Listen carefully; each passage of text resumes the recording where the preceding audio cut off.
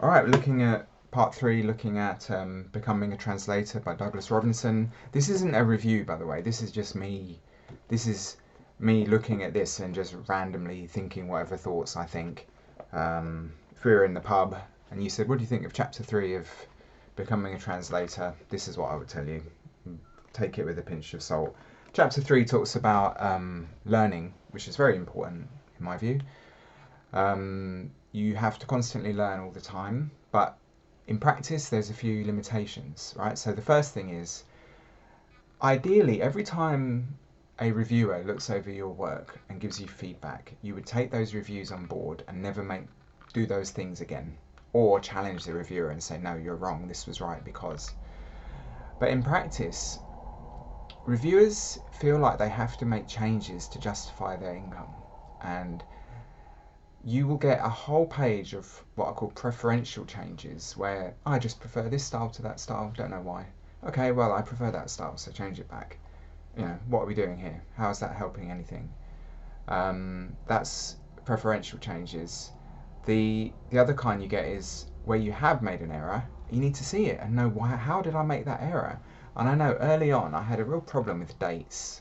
If there was a date in the corner or something, like especially because sometimes it's month, year, day, month, year, whatever. So eventually I sort of incorporated it into my workflow, that one of the last things I do, read the whole thing, just looking at the dates, just the dates. Does that match? Does this match? Does that match? Does this match? And yeah, that's helped an awful lot with that problem. But I picked that up because reviewers kept highlighting it. You shouldn't really have to see a mistake more than once, an actual mistake. Unless there's nothing worse. When you were under massive time pressure, they give you 5,000 words, tomorrow please. I can't do it tomorrow. Well, you have to. Okay. Your mistakes are due to the fact that you put me in a position where I couldn't work with my normal workflow. Was I ethical for taking the job on? Well, someone was going to do it. I can only say sometimes this is as good as any translator in the world would have done under those conditions. And if you want to improve it next time, improve the conditions. But that's a that's a long debate. So lifelong learning. So this is the sort of thing I'm reading. Introduction to Civil Engineering. This is a I forgot. Yeah, it's bilingual. This is actually a bilingual Chinese-English civil engineering book. Which when I get half an hour, I read a chapter, stick some of the vocab in my memory bank. Chinese vocab lists, this sort of thing. I tend to read this one on the toilet. I don't do any of the exercises. I literally just look. Like, there you go, look. There's a page there that says, at the restaurant. And I just sit on the toilet going, Tan Dao, Tan Jin, all that stuff. Advanced kind of self-study textbooks that you might be able to pick up. These have limited value to me now because I think they've all got a bit easy. But they don't hurt, but they're getting a bit easy. This is the type of thing I find challenging still.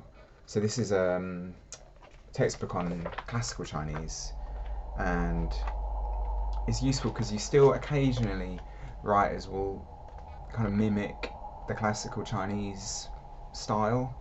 And so if you know a bit of classical Chinese, you want to know as much classical Chinese as the writer knew. And then if they're going to, imagine quoting Shakespeare.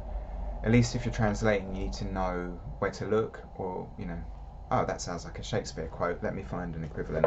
And then this type of thing, 500 Chinese Chongyu idioms, really good, really, really good book. I love that book. But yeah, constantly reading, constantly learning. I don't think translators have anything interesting to say about how to learn. I think there are whole PhDs and there's a whole world of study on how to actually learn and the best ways to learn, and that's something you need to know, whether you're a translator or whether you're a doctor or whatever you do.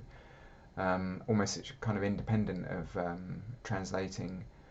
Yeah, thanks.